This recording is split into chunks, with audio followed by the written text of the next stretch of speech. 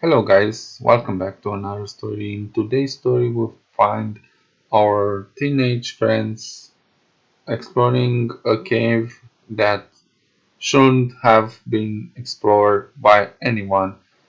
Why is that? Well, you have to listen to the full story to find out why.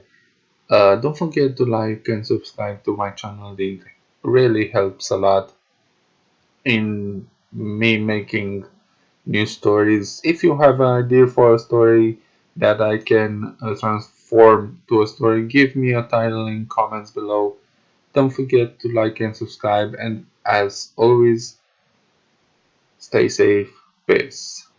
In the small, forgotten town of Black Hollow, nestled deep within the Appalachian Mountains, there was a legend that parents told their children to keep them in line. They spoke of the Wailing Cave, a cavern so dark and foreboding that even the bravest souls shunned its entrance. The cave earned its name from the eerie, ghostly moans that echoed from its depths, especially on stormy nights when the wind howled through the mountains. It was said that the cave was cursed, haunted by spirits who had died within its cold, suffocating embrace.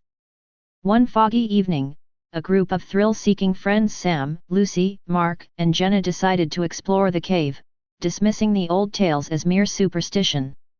They equipped themselves with flashlights, ropes, and a map hastily sketched by an old man in the village, who warned them with a trembling voice, "Once you enter, there's no turning back."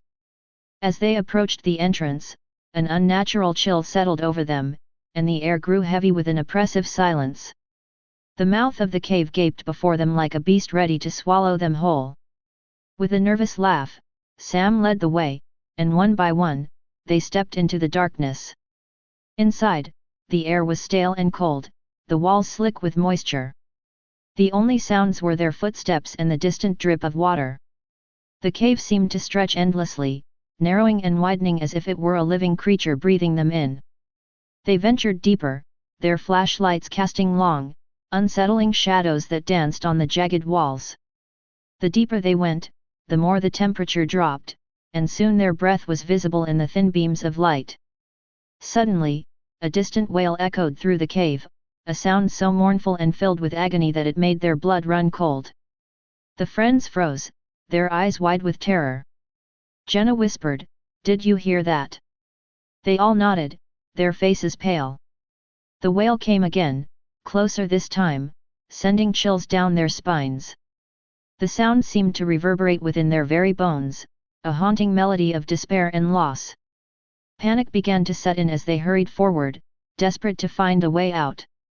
But the cave seemed to have a mind of its own, twisting and turning, leading them deeper into its dark heart.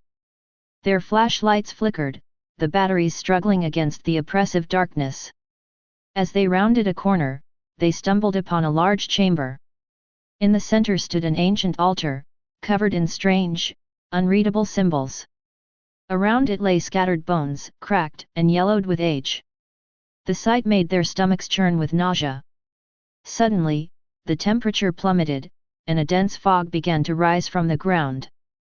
The fog swirled and coalesced into ghostly forms, faces twisted in silent screams. The friends backed away in horror as the apparitions reached out with skeletal hands, their mouths opening in a cacophony of wails.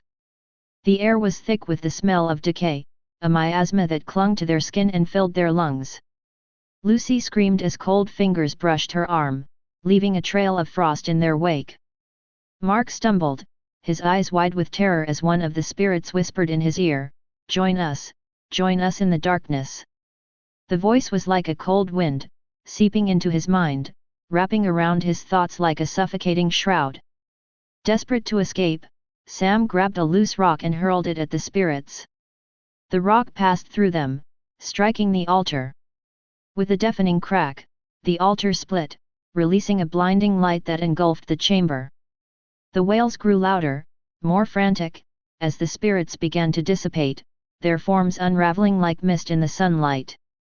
As the light faded, the friends found themselves alone in the chamber, the fog gone, the air still. The temperature slowly returned to normal, but the chill of fear lingered in their bones.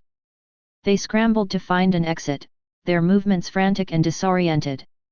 The cave, as if sensing their desperation, seemed to relent, and soon they stumbled out into the night air, gasping for breath. They never spoke of what happened in the cave. The townspeople found them wandering the woods, their eyes hollow, their faces gaunt. They left Black Hollow, never to return, but the legend of the Wailing Cave grew, whispered among the townsfolk with hushed voices and fearful glances. It was said that the spirits were once trapped souls, sacrifices made to an ancient, malevolent entity that dwelled within the cave. And now, the entity lay in wait, hungry for new souls to join its eternal torment.